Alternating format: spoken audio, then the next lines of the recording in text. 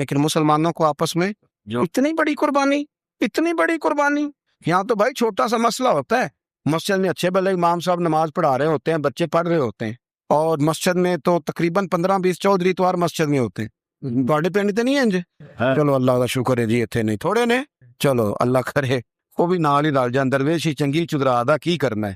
تو ویسے میں نے دیکھا ہے تھوڑی سی جو کسی شہر کی بڑی مسجد ہوتی ہے اس میں 15-20 چودھری ہوتے ہیں، اور مولوی صاحب کی مجبوری ہے سب کی مان کے چلنا. دو کی نہ مانے قاری صاحب، دو کی. اب وہ یہ نہیں دیکھیں گے کہ دین کا نقصان ہو رہا ہے، مسجد کا مسئلہ ہے، بچوں کا مسئلہ ہے، ان کو تو ذات کا مسئلہ ہے. میری نہیں مانی لیا تھا چھٹی.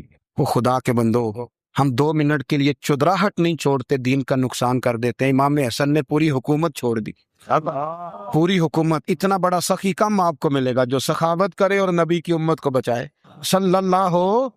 یہ بات بیان نہیں ہوتی، اکثر نہیں ہوتی، شاید پورے کربلا میں آپ نے نہ سنی ہو الا ماشاء اللہ. اس کو سمجھیں امام حسن. اور پھر مزے کی بات، امام حسن بھی شہیدوں نے زہر دیا گیا، اور جب وہ شدید بیمار ہو گئے نا، زہر اثر کر گیا، تو امام حسین آئے، بڑے پریشان ہوئے، رو پڑے، کہنے لگے بھائی مجھے بتاؤ کس نے زہر دیا. تو امام حسن کہنے لگے حسین مجھے شک ہے ایک شخص پر، لیکن شک ہے بھائی، اگر صرف شک ہے تو میں کسی بے گناہ کو بدنام کیسے کر دوں، تمہیں کیسے نام بتا دوں. اللہ، یہ نامعلوم پرچے کراتے نہیں ہم روز ہی نامعلوم پرچے، جس پہ دشمنی ہے اس کا نام لکھا دو، ختم ہو گئی بات. امام حسن کی تربیت دیکھو، فرمانے لگے جس پر مجھے شک ہے اس کا نام بتا دوں، تو اگر وہ نہیں تو بے گناہ کا ذکر کیسے کر دوں. تو امام حسین فرمانے لگے بھائی جان اگر وہی ہوا تو آپ فرمانے لگے اگر وہی ہوا نا تو حسین پھر بھی تو چھوڑ دے، میں نے رب کے سپرد کر دیا، اللہ بہترین انتقام لینے والا ہے. اللہ اتنا بڑا حوصلہ سیدہ کے بیٹے کا، شیر کے بیٹے کا، شیروں جیسا کلیجہ، اتنا دل دریا سمندروں ڈونگے، کون دلان دیاں جانے. او بھائی تھوڑا حوصلہ کر، جتن تے ہر کوئی کھیڈے، تو ہارن کھیڈ فقیرا، اور جتن دا مل کوڈی پیندی ہارن دا مل ہیرا. او کہیں بیک بھی تو ہو نا، کہیں تو درگزر بھی تو کرنا، کہ ہر جگہ چھا کے رہنا، ہر جگہ چھا کے رہنا ہے. میرے ایک سنگی ہیں، آپ کو پتہ یہ جو اسٹیج پہ بیٹھنے والے لوگ ہوتے ہیں نا، یہاں تو اچھے لوگ بیٹھے ہیں میری طرح کے جو لوگ، جو اسٹیج پہ بیٹھنے کا عادی ہو جاتا ہے وہ نیچے بےچارا بیٹھ بھی نہیں سکتا، یہ مسئلہ ہو جاتا ہے. میں اکثر کہتا ہوں کہ کبھی نیچے بیٹھ کے تو دیکھو کیا فرض ہوتا ہے. اگر کسی بندے کی کوئی شان ہے تو وہ جو سب سے پیچھے بیٹھا ہے اس کی شان ویسی کی ویسی ہے، کوئی کمی آ جائے گی؟ کچھ بھی نہیں. مجھے ذاتی طور پر دیانتداری سے کہتا ہوں، مسجد میں بیٹھا ہوں، جب میرے آنے پہ لوگ نعرے لگاتے ہیں مجھے تکلیف ہوتی. میں کہتا ہوں یار نبی پاک کی نعت چل رہی تھی، اس کا ادب زیادہ ہے یا اجمل قادری کا ادب زیادہ ہے؟ چھوڑیں آپ، جو آیا ہے وہ بیٹھ جائے گا، ختم ہو گئی بات. اور ویسے بھی جو لوگ جلسوں کے لیے محنت کرتے ہیں نا، بیچارے اشتہار لگاتے ہیں، مسجد کی صفائی کرتے ہیں، جو لنگر پکاتے ہیں، وہ تو اسٹیج پہ آتے نہیں، حالانکہ زیادہ ثواب تو ان کو ملتا ہے، وہ تو پیچھے چھپے ہوتے ہیں. میں کئی دفعہ مجھے پتا چل جائے نا اس کارکن نے زیادہ کام کیا اس جلسے کے لیے، تو میں اس کے کان میں کہتا ہوں میرے لیے بھی دعا کری، اس لیے کہ تو نے محنت کی ہے، تیرا اجر اور ہے. ہم تو شان سے آئے بیٹھے اور چھٹی کر گئے. بھائی تھوڑا پیچھے بھی دیکھے، نبی کریم کے پورے خاندان کی قربانیاں، پورے خاندان. دوپہر کو کھانا نہ پکاؤ تو ہمارے بچے موبائل توڑ دیتے ہیں، اور شام کو مرضی کا نہ پکاؤ تو واک آؤٹ کر جاتے ہیں، کہتے ہیں لے آؤ پیسے پھر برگر لے آئیے، میری مرضی کا نہیں پکا. سیدہ فرماتی ہیں میرے گھر میں مہینہ چولہا نہیں جلا، مہینہ چولہا.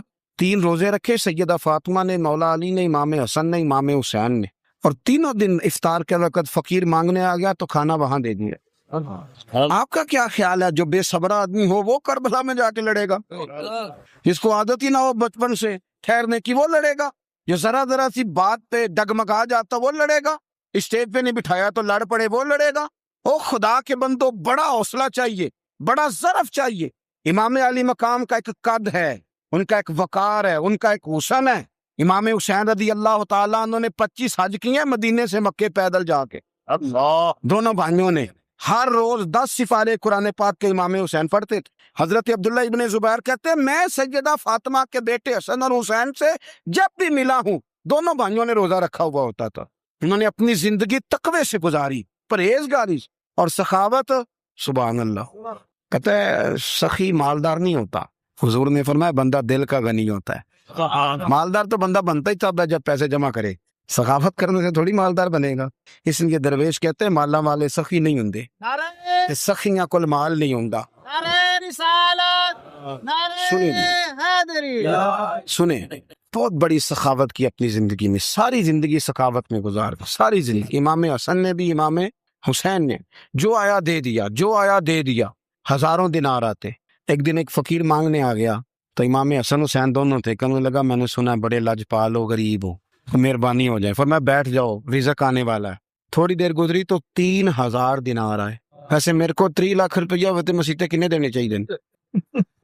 میں اپنا پہ پوچھنا، تہاڈا تے پوچھیا ہی نہیں، میں مشورہ پہ لینا۔ 3 لاکھ جی میرے کو ہوے تے مسیطے کنے دینے چاہیے؟ تسی ظاہر ہے ان کو دیانتداری والا مشورہ ہی دینا ہے نا، جی کرنا جی وہی دسنا جی نا۔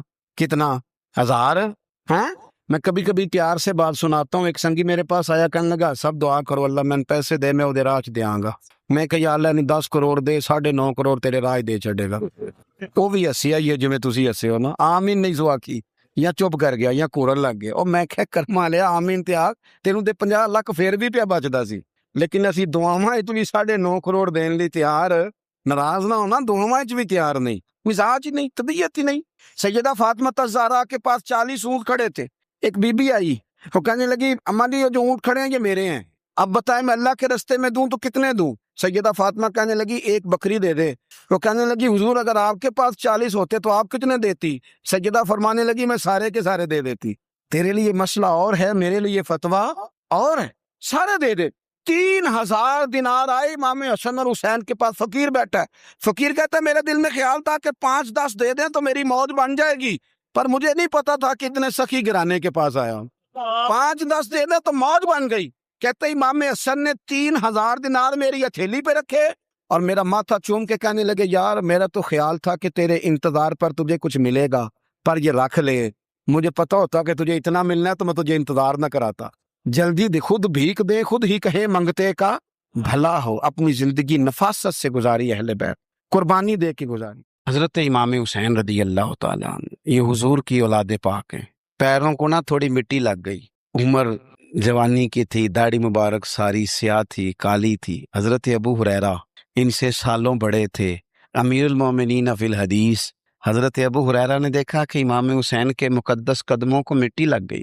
کسی سے بھی کہا جا سکتا تھا ذرا امام صاحب کی توجہ کرانا، یہ ذرا مٹی اتار دینا، لیکن حضرت ابو ہریرہ جھٹ سے اٹھے، اپنی پگڑی کھولی، اس کا پلو لیا اور حضرت امام حسین کے پیروں سے مٹی صاف کرنی شروع کر دی۔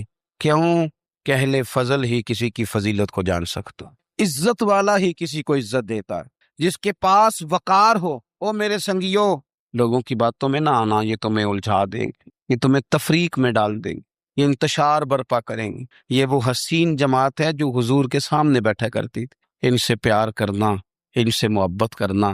آپ کبھی ترمذی کی ایک حدیث پڑھیں تو مر جانے کو جی کرتا ہے۔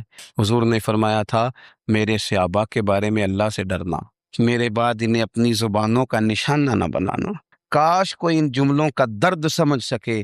فرمایا رب سے ڈرنا، اور کریم فرمانے لگے جس نے ان سے محبت کی میری محبت کی وجہ سے محبت کی، اور جس نے ان سے عداوت رکھی میری وجہ سے رکھی۔ کبھی بھی کسی اور جو حضور کی اولاد ہے، صحابہ کرام نے ایک جگہ کچھ نذرانہ جمع کیا اور جمع کر کے کہا کہ حضور کی بارگاہ میں پیش کرنا ہے۔ اخراجات بہت زیادہ ہیں اور ظاہری وسائل اس ترتیب سے نہیں ہیں، یہ نذرانہ ہر مہینے پیش کرنا ہے۔ جب وہ لے کے حضور کی بارگاہ میں گئے نا تو اللہ نے قرآن نازل کر دیا، فرمایا محبوب ان سے کہہ دو لا اسألکم علیہ اجرا، میں تبلیغ دین پر تم سے کوئی اجر نہیں مانگتا، الا المودۃ فی القربى، بس میرے قریبیوں سے پیار کرتے رہنا، میرے قریبیوں سے محبت کرنا، پیار کرنا قریبیوں سے۔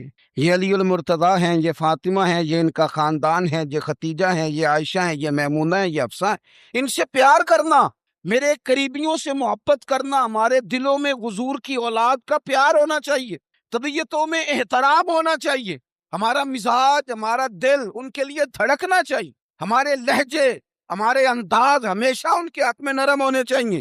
میں کہہ چکا ہوں سید کا صرف عقیدہ ٹھیک ہونا شرط ہے، باقی آپ تحقیق اور تفتیش میں نہ پڑیں، وہ جانے رب جانے۔ آپ کوشش فرمائیں ہماری اولادیں، ہم خود اور اہل فضل کا ادب کبھی نہ چھوڑیں۔ دوسری بات آپ سے یہ عرض کرنی ہے، اس کو اچھی طرح سمجھ لیں کہ قومیں اپنے اسلاف سے بڑی ہوتی ہیں ہمیشہ۔ بڑا ہم ہوتا ہی وہ ہے جس کا کوئی بڑا ہوتا ہے، جس کا کوئی بڑا نہیں ہوتا وہ کبھی بھی بڑا۔ یہ کچھ عرصے سے ٹرینڈ چلا ہے، اگرچہ یہ درست نہیں ہے، آپ کسی سنار کی دکان پہ جائیں تو اس نے اپنے پیچھے نا اپنے والد صاحب کی اور دادا کی فوٹو لگائی ہوتی ہے. حکیم کی دکان پہ چلے جائیں، کپڑے والی دکان پہ چلے جائیں تو اس نے پیچھے اپنے دادا کی، والد کی فوٹو لگائی ہوتی ہے. اگر تو یہ درست نہیں، تصویریں نہیں لگانی چاہیے. تصویریں ان کی کیا، پیروں کی بھی نہیں لگانی چاہیے. جہاں تصویر ہوتی ہے وہاں نماز کیسے پڑھی جائے گی؟ فرشتہ رحمت کا نہیں آئے گا. یہ تو اب ایک ضرورت بن گئی. تو اب ضرورت کیا، اب تو خیر نفسیاتی مسئلہ بن گیا ہمارا. یہ نفسیاتی مسئلہ ہے. یعنی سلام بعد میں فوٹو پہلے، یعنی سیانے سیانے لوگ. اور یہ ہمیں ایسے کھیل تماشے میں لگایا گیا ہے کہ میں ڈھیر سارے لوگوں پر غور کرتا ہوں، پھر ان کے لیے دعا کرتا ہوں کہ یا اللہ ان کی مدد فرما. یعنی اس طرح کی حالت ہے کہ وہ زندہ ہی موبائل کے اندر ہے. ہر چیز ہی. مجھ سے ایک دفعہ ایک صاحب نے پوچھا، مولوی آج کل بڑے لڑ رہے ہیں. میں نے کہا وہ 4-5 ہے جن کو آپ ٹی وی موبائل پہ دیکھتے ہیں، آپ میرے ساتھ آئیں، میں آپ کو 20 اور سینکڑوں شیخ الحدیث بتاتا ہوں جو سکون سے بیٹھ کر رسول اللہ کا دین پڑھا رہے ہیں. تو آپ مسئلہ صرف یہ ہے کہ ہم نے کل زندگی وہ سمجھ لیا جو موبائل کے اندر ہے. بہرحال وہ تصویر لگائی ہوتی ہے سنار نے بھی اور حکیم نے بھی اور ڈاکٹر نے بھی اور بہت سارے لوگوں نے کہ جناب اب یہ جو تصویر لگاتے ہیں تو اس کے پیچھے پوری حکمت ہوتی ہے. آپ ان سے پوچھتے ہیں یہ فوٹو کیوں لگائی ہے تو وہ کہتے ہیں ہم یہ بتانا چاہتے ہیں کہ یہ کام آج نہیں ہم نے شروع کیا، ہمارا شجرہ پرانا ہے، ہمارے باپ دادا سارے یہی کام کرتے تھے، ہمارا خاندانی ورثہ ہے. وہ ثابت یہ کرنا چاہتے ہیں کہ ہم پیچھے سے ہمارے سلسلہ آ رہا ہے. ساری دنیا اپنے اکابرین کو، اسلاف کو، بڑوں کو ان کے زور پر بڑا ہونا چاہتی ہے. یہاں کچھ لوگ ایسے آئے ہیں جن کے نزدیک معاذ اللہ صحابہ ہی ٹھیک نہیں تھے، اہل بیت ہی ٹھیک نہیں تھے. آپ اپنی سند کیسے مضبوط کریں گے؟ اگر وہ اولین جو حضور کے سامنے بیٹھتے تھے وہی ٹھیک نہیں تھے تو پھر ان سے ہو کے جو دین آگے آیا اس کو تم کیسے ٹھیک مانو؟ ساری چیزوں کو مشکوک کرنا چاہتے ہیں.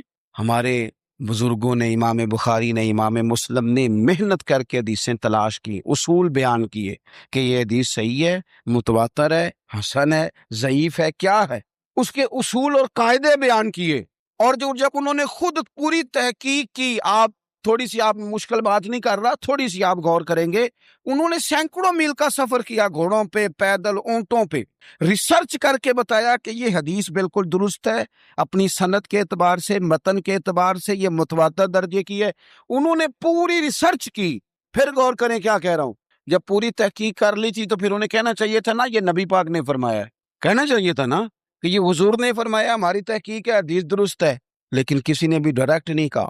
انہوں نے جب بھی کہا کہنے لگے حضرت عبداللہ ابن عمر فرماتے ہیں کہ حضور نے یوں فرمایا، حضرت انس بن مالک فرماتے ہیں کہ حضور نے یوں فرمایا، حضرت جناب سیدہ عائشہ صدیقہ فرماتی ہیں یوں حضور نے فرمایا، حضرت ابو ہریرہ فرماتے ہیں یوں حضور نے فرمایا. انہوں نے نا پہلے اس صحابی کا نام لیا جنہوں نے وہ بات اپنے سینے میں محفوظ کی. کیا بتایا انہوں نے ہمیں کہ ہم دنیا گھوم آئے ہیں، ریسرچ کر آئے ہیں، تلاش و بسیار کے بعد اس نتیجے پہ پہنچے ہیں کہ دین کا اصل فیض وہی ہے جو صحابہ اور اہل بیت کے سینوں سے ہو کے امت کو نصیب ہوا ہے. اصل فیضان وہ ہے جو وہاں سے ہو کے آیا. تو ایک بات تو یہ کہ اہل فضل کی عظمت، اور دوسری بات کہ اپنے اکابرین کے ساتھ جوڑ کے رہنا، اور تیسری بات حضرت سیدنا امام حسین، حضرت امام حسن رضی اللہ تعالی عنہما. ان دو شہزادوں سے نا نبی پاک صلی اللہ علیہ وسلم نے جو محبت فرمائی ہے نا وہ بھی بڑی قابل دید ہے. حضور نے جو ان سے پیار کیا ہے. کچھ لوگ ایسے ہوتے ہیں کہ جن سے انسان جب پیار کرتا ہے، محبت کرتا ہے تو وہ بات نا دور دور نکل جاتی ہے، وہ بات پھیل جاتی ہے. ان کے ساتھ نا میرے نبی پاک کا خصوصی لگاؤ ہے. اس کا مطلب یہ نہیں کہ ہر نانا ہی اپنے نواسے سے پیار کرتا ہے، یہ معنی نہیں.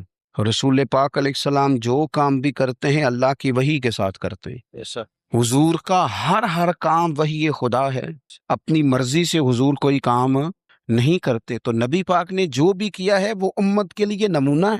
حسنین کریمین سے جو حضور کا پیار ہے، جو نبی پاک علیہ السلام کی ان کے ساتھ والہانہ محبت ہے.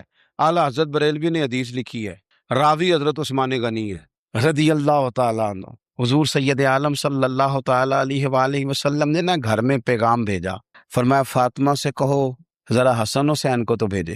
یہ سارا دن ہی حضور کے پاس رہتے ہیں، سارا دن ہی، لیکن وہ جو والہانہ پن ہے، جو محبت ہے، جو ان کے ساتھ محبوب کا خاص لگاؤ ہے، سیدہ سے کہو ذرا شہزادوں کو بھیجے، تھوڑی سی دیر ہو گئی آنے میں. اعلیٰ حضرت فرماتے ہیں یوں لگتا جیسے سیدہ فاطمہ کپڑے نہیں ماں بدلنے لگتی بچوں کے، خوشبو نہیں لگانے لگتی، تھوڑی تیاری میں دیر ہو گئی تو محبوب نے نظریں جمائی ہیں اس حجرے کی طرف جہاں سے امام حسن اور حسین نے آنا ہے۔ رحمت کے عجب ہی جمیلے ہیں، حسنین یہاں پر کھیلے ہیں۔ تو دونوں شہزادوں جب دروازہ کھلا تو حضرت عثمان غنی کہتے ہیں بچے جب نکلے نا دونوں، تو یہ کوئی 10 15 50 100 میل دور سے تھوڑی آ رہے ہیں، یہ تو یہی رہتے ہیں۔ محبوب کے قرب خاص میں انہیں سایہ کرم ہر وقت نصیب ہے، لیکن نبی کریم علیہ السلام کا جو والہانہ پن ہے، جو ان کے ساتھ حضور کا رشتہ محبت ہے، جیسے ہی دونوں شہزادے آئے، حضرت عثمان غنی فرماتے ہیں محبوب نے مقدس گھٹنے زمین پہ رکھ دیے اور دونوں بازو کھول دیے۔ ایک شہزادہ اس سینے سے لگ گیا، اس کندھے سے، ایک اس کندھے سے لگ گیا، اور پہلے بھی حضور پیار کرتے تھے پر آج تو رخ ہی بدل گیا بات کا۔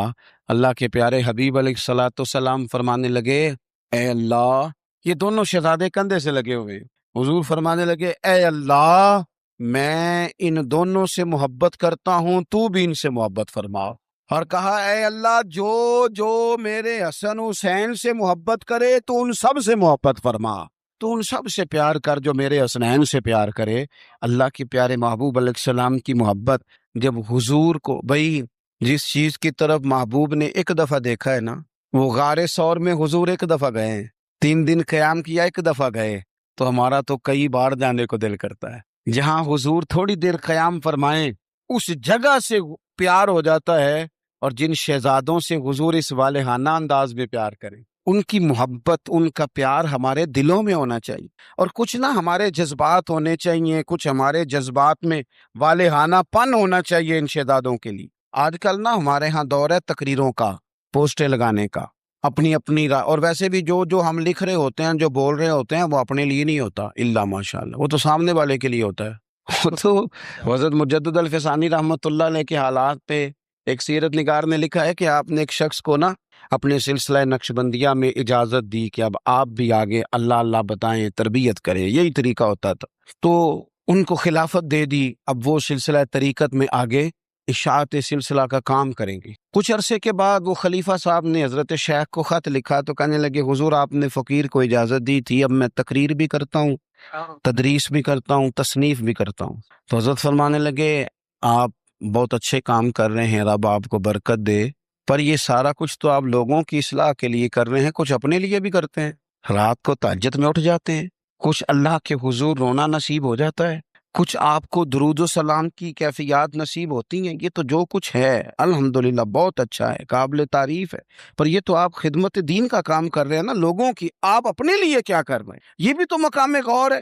بہت ساری چیزیں آج ایسی ہیں جو تقریروں میں، تحریروں میں، لیکن ہمارے پرانے بزرگ جو تھے ان کا حسین کی وہ شخصیت تھی کہ مشکات میں حدیث ہے، نبی پاک صلی اللہ تعالی علیہ وسلم کی چچی جناب ام فضل صبح صبح گھبرائی حضور کی بارگاہ میں آئیں، عرض کی یا رسول اللہ صلی اللہ علیہ وسلم آج میں نے عجیب خواب دیکھا ہے، میں ڈر گئی ہوں۔ حضور نے فرمایا چچی کیا دیکھا؟ عرض کی حضور میں نے دیکھا ہے کہ آپ کے وجود کا گوشت کا ایک ٹکڑا کٹ کے میری جھولی میں آ گیا ہے۔ حضور یہ کیا ہے؟ تو محبوب خواب سن کے مسکرائے، فرمایا چچی یہ پریشانی والا خواب نہیں، یہ تو خوشی والا خواب ہے، اللہ فاطمہ کو بیٹا عطا کرے گا اور وہ تیری گود میں کھیلا کرے گا، چونکہ وہ میرے وجود کا ٹکڑا ہوگا لہذا خواب تجھے یہ آئی ہے۔ تو امام حسین پیدا ہوئے، امام حسن کی عمر ابھی 11 مہینے تھی، تو نبی پاک نے امام حسین کو جناب ام فضل اپنی چچی کی گود میں دے دیا کہ فاطمہ کے لیے دونوں بچے سنبھالنا مشکل ہوگا۔ وہ خواب اس طرح پوری ہوئی۔ امام حسین سے حضور نے بڑا پیار کیا، بڑی محبت فرمائی نبی پاک سے۔ کچھ حدیثیں میں نے جمعے میں عرض کی تھیں، حضرت ابو ہریرہ رضی اللہ تعالیٰ عنہ کہتے ہیں یہ واحد بچہ تھا حضور کے گھرانے کا کہ میں نے دیکھا کہ نبی پاک صلی اللہ علیہ وسلم بیٹھے تھے تو یہ حضور سے کہہ رہے ہیں، نبی پاک سے کہ نانا جی اٹھ کے کھڑے ہو، کہتے ہیں حضور کھڑے ہو گئے، تو کہنے لگے میں نے آپ کے برابر جانا ہے۔ بچے جو مرضی ضد کر لیتے ہیں نا، قد چھوٹا تھا، عمر 7.5 سال تھی، کہنے لگے نانا میں نے برابر جانا ہے، تو نبی پاک صلی اللہ علیہ وسلم نے ہاتھ پکڑ لیے، فرمایا چل پھر ہو جا برابر۔ تو حضرت ابو ہریرہ کہتے ہیں انہوں نے، حضور نے ہاتھ پکڑے اوپر کھینچا تو امام حسین نے پہلے اپنے پیر حضور کے گھٹنوں پہ رکھے، پھر نبی پاک کے سینے پہ رکھے، اور جب ان کا قد سر تھوڑا سا حضور سے اونچا ہو گیا تو محبوب فرمانے لگے چل بس کر، تو نے تو کہا تھا آپ کے برابر ہونا ہے، تو اوپر نکل گیا ہے، چل بس کر۔ فرماتے پھر امام حسین نے زبان باہر نکالی تو محبوب ان کی زبان چوسنے لگے، پھر ساتھ لٹا لیا اور انہیں سونگھنے لگے۔ تو میں نے عرض کی حضور آپ حسین کو سونگھتے کیوں ہیں؟ تو فرمایا ابو ہریرہ مجھے حسین کے وجود سے جنت کی خوشبو آتی ہے، مجھے حسین کے وجود سے جنت کی ایک دن حضور گزر رہے تھے. اصل اس طرح تھا کہ یہ نبی پاک کا حجرا تھا. جن لوگوں کو اللہ نے مدینے کی زیارت کرائی ہے وہ جان سکتے ہیں نبی پاک کا حجرا تھا. تو حضور کے حجرے کی اس جانب یعنی مسجد کی جو بالکل سیدھ ہے اس کی بیک میں سیدہ فاطمہ رہتی تھی. تو حضور اکثر نہ نماز کے لیے جب نکلتے تو حضرت فاطمہ کے حجرے کے پاس سے ہو کر دوبارہ محراب میں جاتے. محبوب حجرے کے پاس سے گزرے تو امام حسین رو رہے تھے. تو حضرت فاطمہ نے کسی بات میں جھڑک دیا تو امام حسین رونے لگے. تو نبی پاک نماز کے لیے گئے تو واپس لوٹ آئے اور واپس تشریف لا کے کہا فاطمہ حسین کو کیا ہوا؟ عرض کی یا رسول اللہ تنگ کر رہے تھے میں نے ڈانٹ دیا ہے. کیا خوبصورت جملے ہیں حدیث پاک میں. سرکار نے فرمایا فاطمہ اس کو حسین کو نہ رونے نہ دیا کر. یہ جب روتا ہے نا تو میرے دل کو تکلیف ہوتی ہے. تو بی بی صاحبہ کہتی ہیں یہ حکم آیا نبی پاک کا میرے نا پھر میں نے ڈانٹنا چھوڑ دیا. یہ ان کے فضائل تھے کم. ان کی تربیت خود نبی پاک نے فرمائی. خود ڈیوٹی. میں کسی منطق کا میں اب تو اللہ تعالیٰ معاف کرے. پہلے ہم لوگوں کو کہتے تھے فلانی مجلس میں نہ جانا فلانی. اب تو مصیبت بن گئی ہے جانے کی ضرورت نہیں. ہر شے موبائل میں آ گئی. مجھے بھیجتے ہیں کہتے ہیں حضرت صاحب یہ ذرا سننا یہ ذرا سننا. کل کراچی سے کچھ مہمان آ گئے اور بچوں نے وہ کلپ سنبھال کے یہ مولوی دیکھو کیا کہتا ہے. اب آیتیں پڑھی جا رہی ہیں قرآن پاک کی. اتنا ٹکڑا یہاں سے لیتے ہیں اتنا ٹکڑا یہاں سے لیتے ہیں اور ملا کے پتہ نہیں کون سا مکسچر بنا رہے ہیں. کسی آیت کا ترجمہ نہیں کوئی واضح حدیث نہیں. ایسے ہوا ہوگا پھر اس کو اس سے جوڑ لیں تو کیا بنتا ہے اتنی جمع کر لیں. یہ کون سا دین ہے جو توڑ مروڑ کے بیان کر رہے ہیں؟ کون سا مذہب ہے؟ دین تو واضح کھلی کتاب ہے. اب ہمارا یہ شوق ہے ہم ہر تماشا دیکھنا چاہتے ہیں. ہم اپنے لوگوں کی قدر نہیں کرتے اور بڑی بڑی دور جا کے ہم غلط معاملات میں جاتے ہیں. پھر ذہن ہمارے شکوک کا شکار ہوتے ہیں. ہمیں سمجھنا چاہیے کوئی ایسی کسی دلیل کی ضرورت نہیں ہے. جب ان کے واضح چیزیں ان کی کتابیں میں موجود ہے حدیث میں موجود ہے قرآن مجید میں ان کے فضائل کھل کے موجود ہے تو دور جانے کی کیا ضرورت. حضور ان کی ٹریننگ کراتے تھے. پہلی بات تو یہ ہے کہ نبی پاک نے دعا مانگی تھی یا اللہ میرے گھر والوں کو زیادہ روزی نہ دینا. انہیں ایک وقت روٹی دینا ایک وقت کی بھوک دینا. یہ جو 10 دن کربلا میں انہیں ٹینشن نہیں نہ ہوئی انہیں عادت تھی فاقہ کرنے.